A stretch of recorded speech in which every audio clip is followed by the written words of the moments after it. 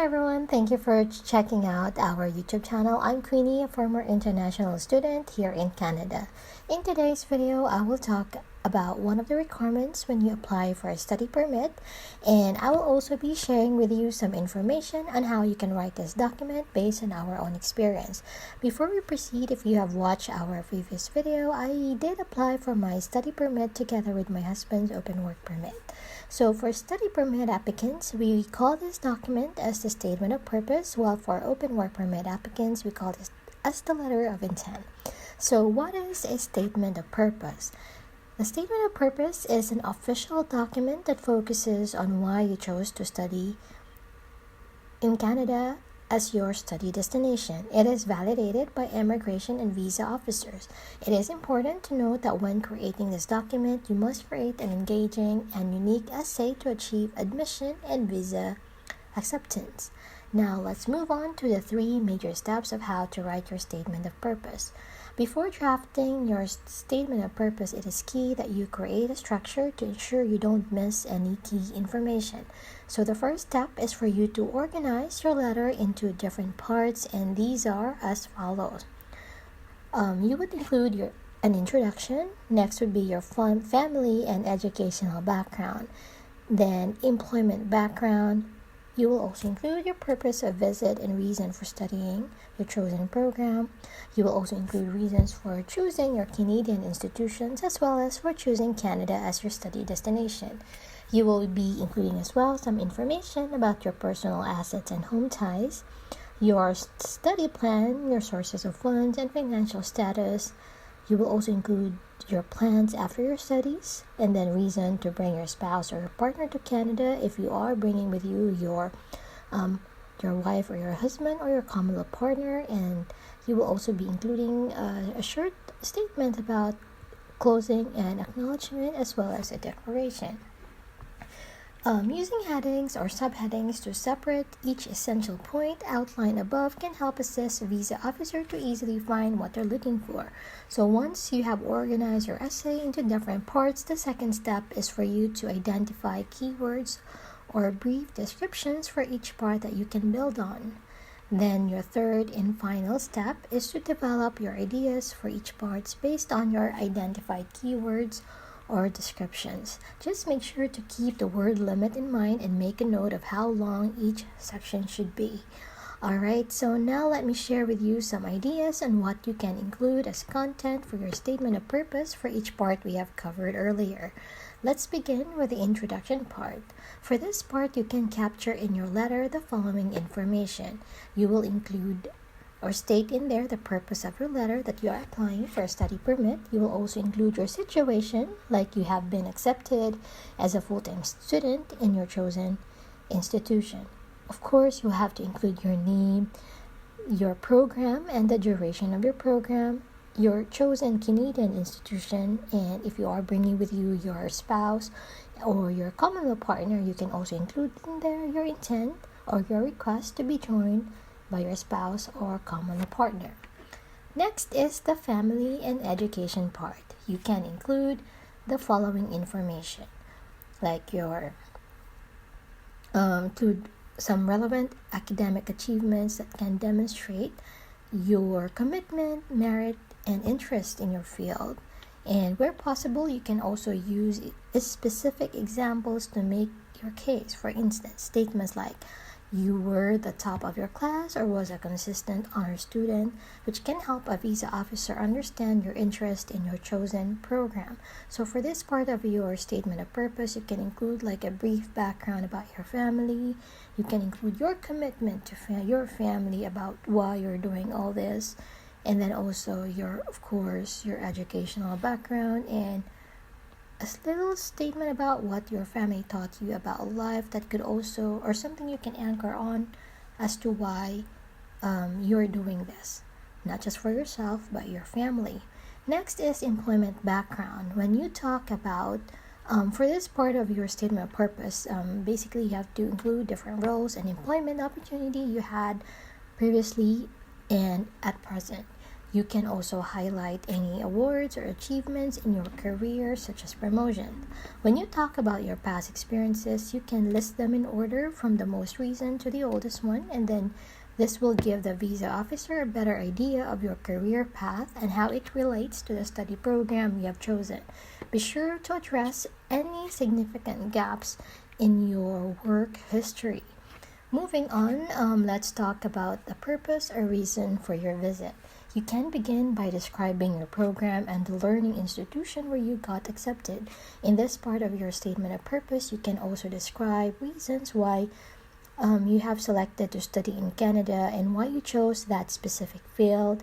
And shown on your screen are some examples that you can highlight. You can include statements on what will you gain from your study or visit in Canada, such as acquiring essential knowledge or skills to help you with your current or future career goal. Next is you can include or discuss your future career or business plans. And you can also include studying in Canada would be a great opportunity for you to take advantage of advancing your career in your home country. And last but not least, if you do have a family business or you are planning to put up your own business, you can also include that you will be taking over your family business or start your own business. Alright, so next is your reasons for choosing your designated learning institution.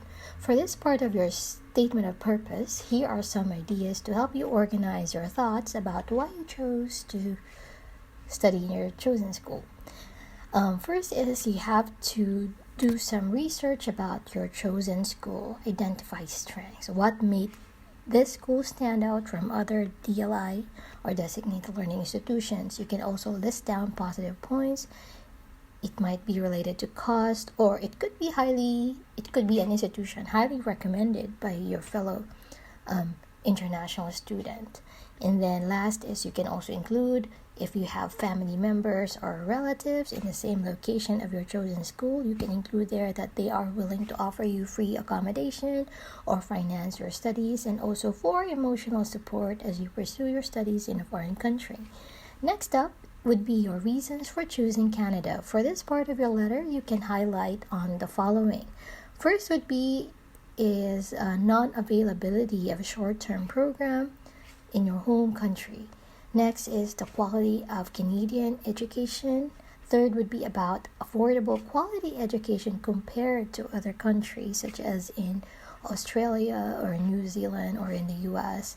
And then last but not least is you can highlight on Canada's diversity and safety. Canada is a multicultural country. People in Canada are from a vast range of nations, races, religions, and heritage. Moreover, Canada is one of the safest countries in the world because of its low crime rates. Next would be about your personal assets and home ties. For this part of your SOP, you can take this opportunity to convince the visa officer of your intent of leaving Canada and returning back to your home country. You can highlight in this part the strong ties you have with your home country, such as your family, or if you do have like businesses or investments. You can include the following information like your family situation. Example, if you do have senior citizen parents or you have fur babies to take care of when you return back to your home country. Next, if you do have businesses such as online or with a physical shop, or if you own one or you're planning to take over a family business. Next would be your government contributions, such as if you're from the Philippines, that would be your social security or SSS contributions, your pag-ibig contributions, and then you can also include insurance or cooperative investments, and then you can also include life plans, like for example a St. Peter life plan. And then if you do have family properties that will be named under you, so you can also include those in your list of personal assets and home ties. Okay, so now let's move on with study plan or source of funds for your studies. It is in this part of your SOP you will share some information about your source of funds to settle or pay up for your tuition fee and cost of living expenses. You can capture here some information that could help assist you in justifying to the visa officer where you obtain your proof of funds to support your education in Canada. And this can include how much you have already paid for your tuition, your personal savings, your income from your past and current employment, your withdrawable investments such as cooperative investments or savings. You can also include funds of your sponsors if you have sponsors who are paying for your tuition fee or your accommodation. And also you can include income you have gained from your businesses.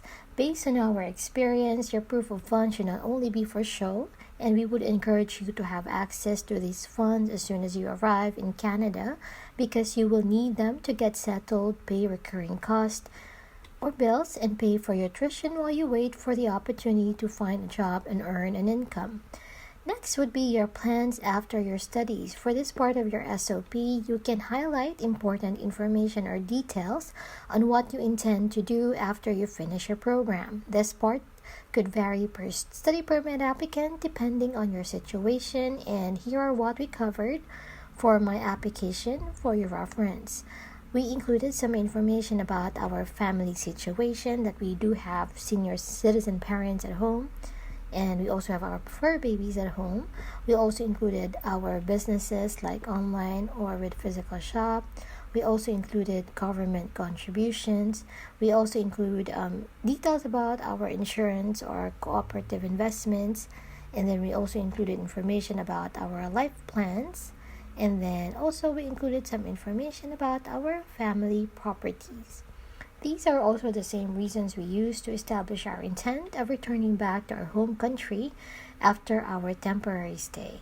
In this part of your letter, you have to keep in mind on how you can address the primary concern of a visa officer and convince the visa officer that you intend to return home after your studies and will not remain in Canada illegally after your study permit expires. As I have also applied for my husband's open work permit together with my study permit application, I also included some information highlighting the reasons why I need to bring my spouse with me, such as for emotional and physical support, gain valuable experience to advance my career in my home country, and also to be together in this once-in-a-lifetime opportunity. I have discussed these in detail, our top 4 reasons for why my husband and I applied for our permits together, and you can watch this in our video entitled How to Apply for Study Permit and Open Work Permit. I will include a link in the description box below for your reference.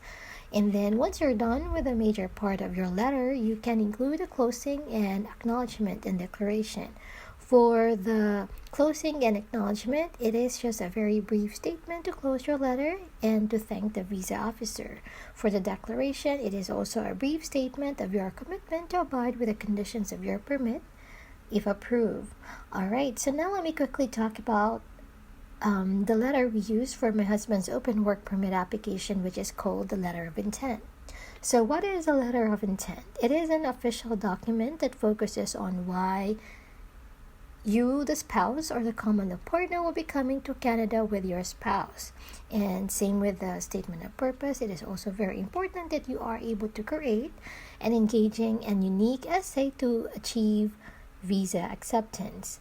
For this letter, my spouse and I used the same structure and provided the same content in our letters, with the exception of some wordings being tweaked to match what each of us is seeking for. Generally, the letter of intent for your spouse open work permit is a written proof of your relationship that you will show to immigration visa officers. And this letter must include financial information, evidence of relationship, and other required documents in order for the spouse's open work permit application to be approved. I have included in the succeeding slides the details of or information we have included for each part of my spouse letter of intent for your reference. Based on my observations, there is no specific format or guidelines on how long or how many words there are in your letter, but what is important is that your letter would assist Canadian visa officers in verifying that you are a legitimate student and that your reasons for wanting to study in Canada and your understanding of your duties as an international student here in Canada. Alright, so that concludes our topic for today's video. I hope we have given you some insight on how you can create your statement of purpose and letter of intent. Thank you so much for watching, and please remember to like and subscribe to our channel for future uploads or stories about our adventures here in Canada. Thank you, and you all have a good day.